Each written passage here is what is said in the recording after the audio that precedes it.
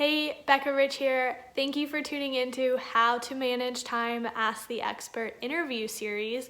I am really excited to bring to you an amazing interview today about astrology and time management. If you're having trouble figure out what your passion is, don't really know what to spend your time or energy on, maybe at the end of the day you don't really feel fulfilled. You don't know that you're spending your time and energy on the things that you want deep down in your heart and in your soul. Or maybe you're struggling with visibility in the entrepreneur space. This expert interview today is going to help you answer all of those questions with the amazing Alison Brownell. She has been studying astrology and reading charts for nearly 15 years, combining all of the knowledge and experience of astrology with her communication and coaching skills that she learned as a college counselor. Alison is able to connect you with your higher self in a way that feels magical and practical. And also always empowering, right? Who doesn't love that? Alison is an Arizona native who enjoys long trips to the dog park with her sidekick. She also is a huge fan of basketball, which we talked about before the interview, but it wasn't recorded, but it was so cool listening to her and her love of basketball. And I'm really excited to bring you this interview today. I am a huge fan of astrology, and if you want to learn more about her, I am going to be putting her links below, and feel free to reach out for her for an astrology reading. I hope you enjoy. Hey, thanks so much for joining us today. I have Alison here with us. She is an amazing astrologer. We actually connected on Instagram a little while back, and I'm really excited to finally hang out with her, catch up with her in Zoom person, and share with you kind of how astrology can blow your mind open and help you learn about yourself as it's done for me and Alison. So I'll let Alison tell us a little bit about her. Hey everyone, I'm Alison. Nice to virtually meet all of you out there in the world. I am an astrologer. I've been studying astrology now for about 15 years, and it has been probably the single most important information that I have brought into my life, because what it has really helped me to do is acknowledge the parts of myself that I had really felt had been denied and suppressed and pushed aside. And that's how society works. They tell us we should be something other than we are. And internally you're like, you have the friction and you're like, no, no, no, no, no, like that's not right. But sometimes you cave to it. And astrology is really here to bring us back home to ourselves. It's the code that we were born with. It's kind of like our personal handbook, like a personal decoder ring, if you will. So I'm really excited to kind of share my love of astrology with you today, kind of give you a little background and really just chat with Becca here. Yay, because I'm excited to talk to you since, again, we connected a while back. So this is our first opportunity to meet face to face and really just kind of go a little deeper. Yeah, and I am such an astrology nerd. I don't know if you know this about me, but I'm just like so into astrology. I love, I'm a Virgo, so like my sun sign is a Virgo, if you know what sun sign means yet. And that just means like super organized, tangible, earthy. And so like astrology really has helped me put like these different aspects of myself and like into writing, into something that is tangible for me to like look at and take in. So I'm really, really glad to be having this discussion. I'm just so excited. So for someone that doesn't know anything about astrology, just like a quick snippet of like more than a zodiac in the newspaper or online, what would you say it is? So we all know, generally speaking, about our sun signs. Usually most people know what their sun sign is. And that's because that's been the popularized version of astrology. It was way back in the early 1900s when they started publishing sun sign columns like in the newspaper, and they really kind of took off. The reason sun sign columns exist is because the sun is really in the same place at the same time every year, so it's really easy to track. That being said, there's more than just the sun in the sky, and each planet holds an archetype of energy that is displayed to us down here on Earth. And so if you were to go and to put your birth information into any free scheduler, you would put in your birth date, your birth time, and your birthplace. What it would do is pull up a list of planets, and you'd see it on a chart, and the chart probably wouldn't make a lot of sense to you, but it would pull up the list of planets all the ones we know, the sun, the moon, Mercury, Mars, Venus, Jupiter, Saturn, Uranus, Neptune, Pluto, and it would tell you where in the chart those planets were at the time that you were born. And if you've ever looked at your sun sign and felt disconnected from it, because a lot of people do, they're like, well, that's kind of me, but that doesn't feel like all of me. And how could that be all of me? And how could everyone born like in this time period have the same things happening to them and the same expressions of energy? They don't. They don't. The sun sign astrology columns are simply a way to generalize things. It is way more personal, individualized, and deep. And so when you start to see where those other planets were, and maybe, for example, like me, I'm in Aries, and I always kind of identified with it. But when I learned more about where I have the bulk of my other planets, which is Sagittarius and Taurus, I was like, oh yeah, like this stuff makes way more sense than just like this Aries sun sign, because I identified with it, but not wholly. I definitely identify way more with those Sagittarius and Taurus parts of myself, because I have stelliums in both, which is simply a large group of planets. For those of you who don't know, more than three. Stelliums in Taurus and in Sagittarius, and so those feel more like home to me than that Aries sun. So once you start to kind of dig into where else you have planets, then you can start to identify like where that energy shows up in your life and understand that it's more than just where your sun happens to land. Yeah, I think that's a really great explanation, because I know my husband is a little bit more of like astrology, like skeptical. Yeah, and he's like, how does my, he's a Virgo as well. So he's like, this isn't all of me. Like, you hit that nail on the head. Like, when you're skeptical, it's because there's like so much more. There's an outside you, there's an inside you, there's like a you in your mind, there's a you in all these different like times in your life, and when you get to know yourself really deeply, I think it's really powerful to accept yourself, love yourself, all those things, all those wonderful things. All things. Yeah, so I know I'll just mention, like, if you are curious about like looking at your chart, I know the first time I looked at my astrology chart, I was like freaking out, and I think that that's why astrology, I was like, what is this thing? It was freaky, but because I'm like super into numbers and math and stuff, I was like, I'm finding out what this is about. But if you're not like that, like, this is why astrology readers are so cool, because they can like tell you what each thing means.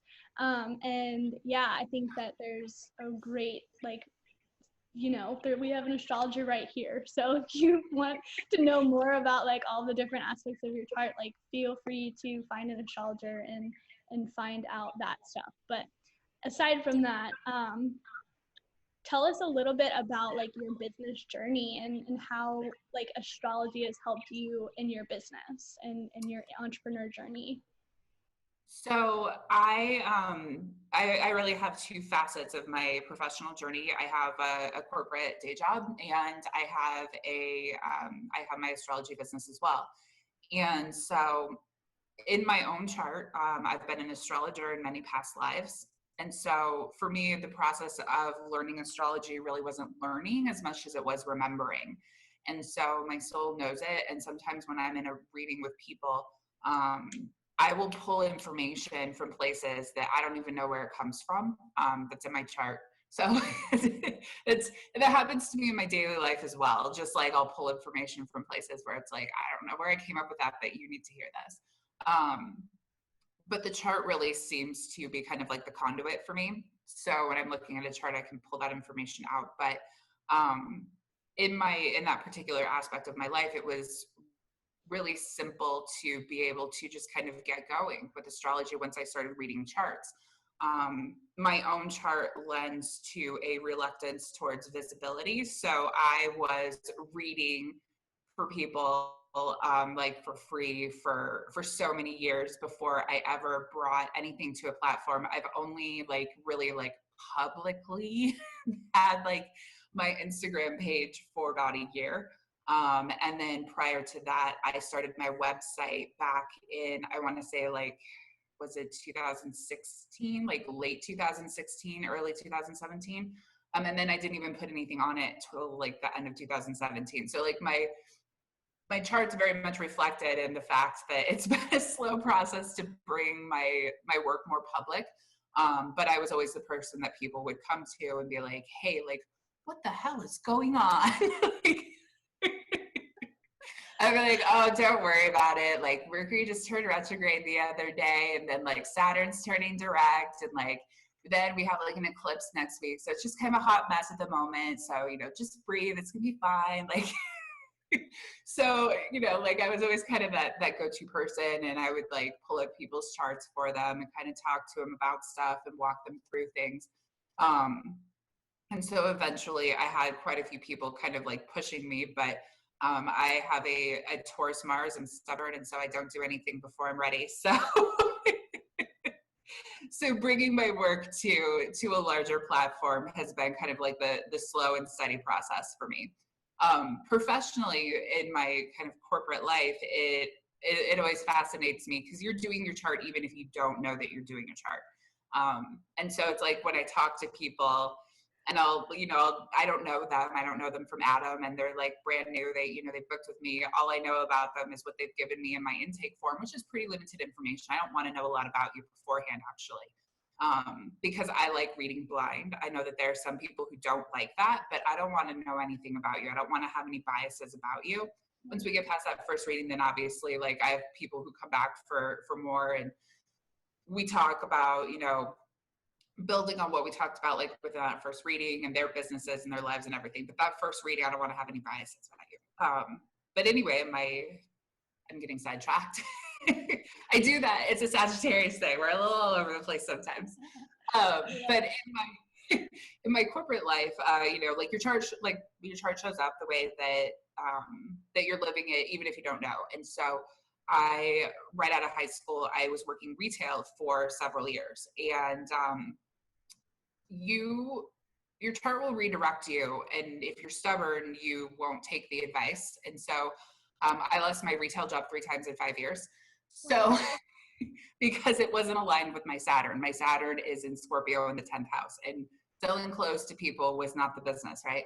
So anyway, when I finally left retail for the last time, I went into education, which is a Saturn type thing, and I got into counseling as well as financial aid, which are both Scorpio things, because financial aid is other people's money.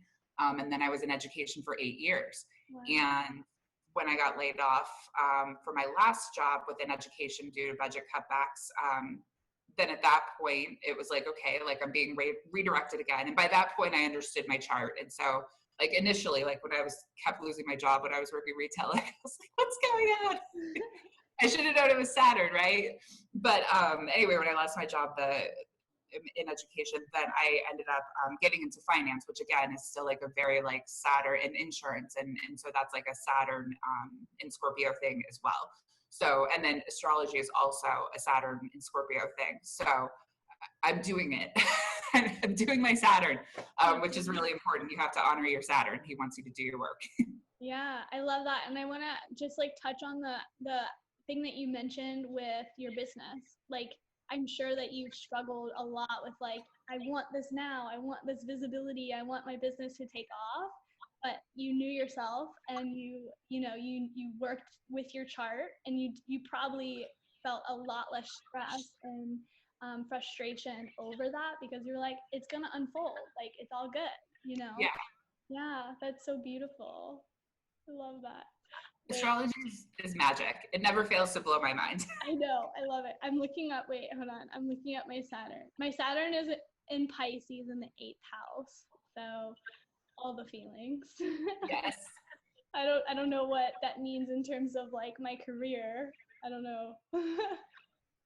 So Pisces, anytime you talk about Pisces, number one, it's a very nebulous energy. And so it can be really hard to pin down simply because like it is so nebulous, and it is really being that it's at the very end of the zodiac, it is the ultimate culmination of the other 11 signs that have come before it. And you really recognize the connection that exists in literally everything across all space, time, and boundaries. And so with your Saturn there, and it's in the 8th house, you're really geared towards helping people kind of understand like the spirituality that exists like within like these psychological mechanisms that they have. You're really, it's behind the scenes work. And your Leo rising will not be pleased with that. Your Leo rising is like, hello, look at me. But yeah, I feel that conflict. I really do. so you're meant to feel the conflict, but you're meant to honor both pieces. And so it's not that like you will help people do work that they do behind the scenes, because you do want to be visible. That's what Leo risings want to be. Like they want to be seen, they want to be present. And that's the gift of Leo people. Like I'm content to like float underneath this. I have a lot of like introvert placements in my chart. I would be content if my face was never seen ever. People just knew my work. But like no, that's the truth. I feel like, yeah, like just that random astrologer girl. Like we don't know what she looks like, but she gives good advice. So anyway, like that's, you know, that's in my chart. But for you, like that's the beauty of Leo people, is that they're so visible and they're out there and they really show us what it means to like show up in the world. And so that's the gift of Leo, and to really just be the fullest expression of yourself. But when you take into account that Saturn over there, like Saturn in the 8th, like that's other people's money. And so it's similar to having like that Saturn and Scorpio placement, because Scorpio is the natural ruler of the 8th house. So you're really just, it's doing work with other people. It's getting deep with other people, the intimacy of other people, and being able to help them dissect what's going on and recognize like the connection that exists in everything. And when you bring into it the fact that you're working with time management type stuff with people, you help them recognize that the connection to their time, which is Saturn, is connected to everything else in their life, and the karma that exists when you're managing your time appropriately and you have the time, space, and energy to do the things that you want to do, and how that then connects out. It's really the ripple effect. When you think about Pisces, it's that ripple effect. It's so true though. Oh my God, mind blown. It's so true. Like literally, I was on the phone with the client this morning and like we were just talking about the ripple effect of just one like shift in how she was spending her time, and like wow, I'm just mind blown. Anyways, I love it. Thank you. You're welcome. Yeah. So if you wanted to kind of dive into the chart a little bit, what would you look at, or where would you look at to see how you manage your time or take action? So there's two places, and we talked about the first one. So Saturn, he's your dude. So Saturn is going to tell you, like he told me, whether or not what you're even doing is what you're supposed to be doing. And if you're doing what you're supposed to be doing, then number one, you're spending your time wisely. So for me, like I love astrology, so that's what I'm doing. I love my job in finance, so that's what I'm doing. I maintain both. I don't know if I'm ever going to only have one, which would be astrology. Obviously, I don't know if I'm ever going to make that jump, but Saturn will tell me at some point, because he's the boss. So because I really do enjoy my job in finance. It uses a different side of my brain than the astrology stuff does. So you look at your Saturn and are you doing the Saturn things? Are you spending your time wisely, using them in a Saturn way? Because the thing about Saturn is he gets a really bad rap, and people are like, oh my God, Saturn, like he's so mean, does all this bad stuff to me, and then I have the Saturn return and it's total crap. Like that's what's out there about Saturn, right? That is not what Saturn is all about. Saturn is the teacher in our charts. He's here to bring lessons to us. He's here to help us grow. It's like if you think about that really difficult teacher that you had, that at the end of the year when you graduated, they're like, I'm so proud of you. Like you did all of the work. And you know that you, like that feeling of accomplishment that you have, you wouldn't have had it if you'd had like the teacher that just let you screw around all day. Like you feel an affinity for that teacher because like they helped you and pushed you and made you grow. And that's Saturn in the chart. So he doesn't want to punish you. He's not punishing you for the sake of punishment, but he really wants that growth. And so he wants to make sure that you're spending your time doing the things that are going to help you grow, doing the things that are here to deliver your karma to the world, because he's also about karma. So with that, you take a look at where your Saturn is. If you don't really know anything about like your Saturn, I would recommend going to a free astrology website. I'm partial to astro-charts.com just because I like the visual of it. I think it's like really pretty. I don't think that it's like as like antiquated and intimidating as some of the other astrology websites. It's very simple to use too if you're a beginner. Another like the OG astrology website is astrologycafe.com. So that was the website that I landed on many years ago, and I stumbled into astrology completely on accident one evening. You can run your chart there, and it's free also. It's not as visually clear as the Astro Dash charts. However, they will give you like a free breakdown of your chart. And so you can kind of start to dig into exactly like what each little piece of your chart means. I do want to be like, as an astrologer, I feel like it's my responsibility to say this. It's not going to give you a lot of the interactions that happen within your chart because your planets interact with each other. And so that's kind of where you get like the friction from. It's where you get the flow from. So it's not going to give you a lot of that. It's not going to give you timing, obviously, which is something that an astrologer can do. But it's a really, really great starting place if you're curious and you're not quite sure you want to invest in an astrologer yet. And so that's a good starting point. But Saturn's your guy. He's going to tell you like, yeah, you're on the right path, or I'm going to have to keep laying you off until you get the message.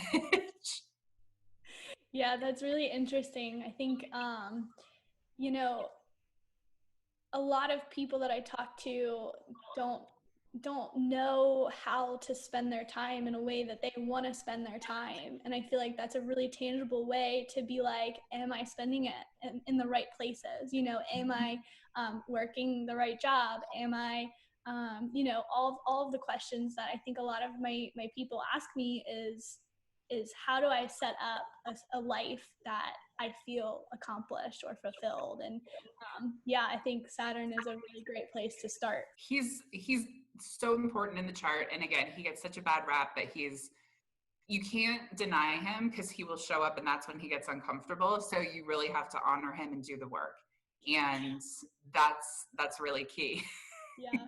So the other thing that you want to take a look at in your chart is your Mars, because your Mars dictates how you take action. And so when you know where you want to use your energy, which is your Saturn, then you decide how you show up and how you actually use your energy. So it's important to understand exactly like what your own energetic patterns are, because what works for one person is not going to work for another person.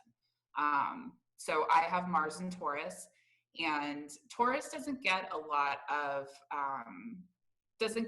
talk about the duality that exists with it, but there is very much a duality with it. And so if you think about it, it's like you've got like the bull like grazing, like eating the grass, just like hanging out, like just like chilling.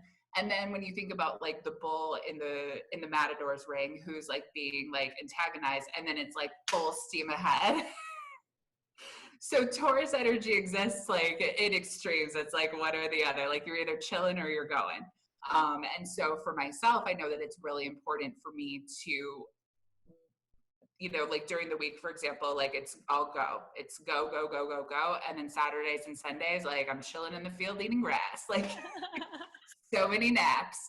But it's understanding that I need that time to myself to decompress, to be able to have that energy to go, go, go. There are going to be other people who don't vibe with that because their Mars isn't in Saturn. So, like a Capricorn Mars person, they are all about accomplishments. And Mars is exalted in Capricorn, which for the non-astro people out there, that means that it's most happy in that particular sign. Like it's the best expression of Mars. Not that Mars has a bad expression, but that's where it's like at its best. I hate like when people are like, oh, detriment, bad. I don't like that. We can use it wherever it's at. Like we don't need to be mean, but Mars in Capricorn is the easiest way to use Mars. And so he's very accomplishment based. He wants to go all the time. He's got a plan. It's like really like Capricorn energy is like CEO energy. Like you're the boss, like you're getting it done, you're handling it. So, you know, if that means you have to work late some days, like that's not going to bother a Mars and Capricorn person. You have to work on the weekends. That's not going to bother a Mars and Capricorn person. Like a Mars and Sagittarius person, they're going to want freedom. So for them, like they're not going to be content to like sit in a little cubicle all day and do the work. No, they're going to hate that. Like that's not like how their energy flows. Even if you get a Mars in Sagittarius person into a cubicle, you're going to find them like bouncing around the office like all day long and collecting information from other people. Like, how do you do your job? How do you do your job? What do you do here? Like that person. I know those people. Yeah. And so like they're just very like they want to learn, like they want to take in information, and they want the freedom to be able to do that. Like a dictator boss would not be the vibe for them. Mars and Sagittarius people, provided that they have like other placements in their chart that can help to ground them and get things accomplished, like those are the types of people who honestly would make really good like entrepreneurs, because like they have like they need that freedom, and they don't necessarily like want a boss to show up and like tell them how to do things. They're like, no, I want to learn this for myself, and then I want to like go and I want to take this information, I want to teach it to somebody else. Okay, so I am Mars in Scorpio in the 4th house. Ooh, so you have a very happy Mars as well. Mars is the co-ruler of Scorpio along with Pluto. So for you, that's in the 4th house. So that's a working from home aspect. And actually like, right? Right now. I have Mars in the 4th as well. Not in Scorpio, but I have Mars in the 4th. So that really actually complements very nicely like your Saturn up in Pisces in the 8th. Because those are both water placements, Pisces and Scorpio. But Mars, that's working from home in the 4th house. And then of course, like in that Scorpio energy, like you're like helping people dig into their psychology to be able to understand like what's going on. And so like you're really active, like partnering with people to like counsel them and dig deep and to understand exactly like what's going on there, so you can help to bring it to the surface for them. And then you can come up with a plan to take action when you understand exactly like what's lying underneath like the swamp of Scorpio. That is so cool. Oh my gosh, I love that. You're living your chart, even if you don't know. I love astrology so much because I just think that it's like everyone is. Yeah, I don't know if you know this about me, but I'm also an engineer. I have a corporate job as an engineer. So I think that there's like some Virgo-y stuff, but then there's like other stuff. I don't know, but yeah. Well, without looking at your chart, but just knowing that you have the Mars in Scorpio, like engineering is kind of one of those jobs like where you're putting things together, again, behind the scenes, and making things function so that other people can then go use them. And that is like a Mars and Scorpio type thing, and then Saturn in the 8th type thing as well. So it complements that work, because engineers typically are not the people that we see like face front of an organization. They're the ones that are doing all of the work, like back, like behind their computers to figure out what needs to happen. Like they're walking through, like if you're actually like engineering like equipment, like you're walking through like a factory to make sure that things are happening the way that they're supposed to be happening. There's so many like Mars and Scorpio and then Saturn in the 8th type things that are happening here for you, like that you just kind of fell into that. And then I would be curious, where's your Mercury at? Your Mercury ruled sun anyway. Yeah, my Mercury is in Libra in the 4th house. Okay. So you then have the ability to be able to work with people and understand that like your way is not the only way, like that you can be able to collaborate with people to be able to make things happen, because Libra is that energy of partnership. And so you also probably have a really balanced way of looking at things and understanding them. And it's not like the singular focus, like you can take it and see it from both sides.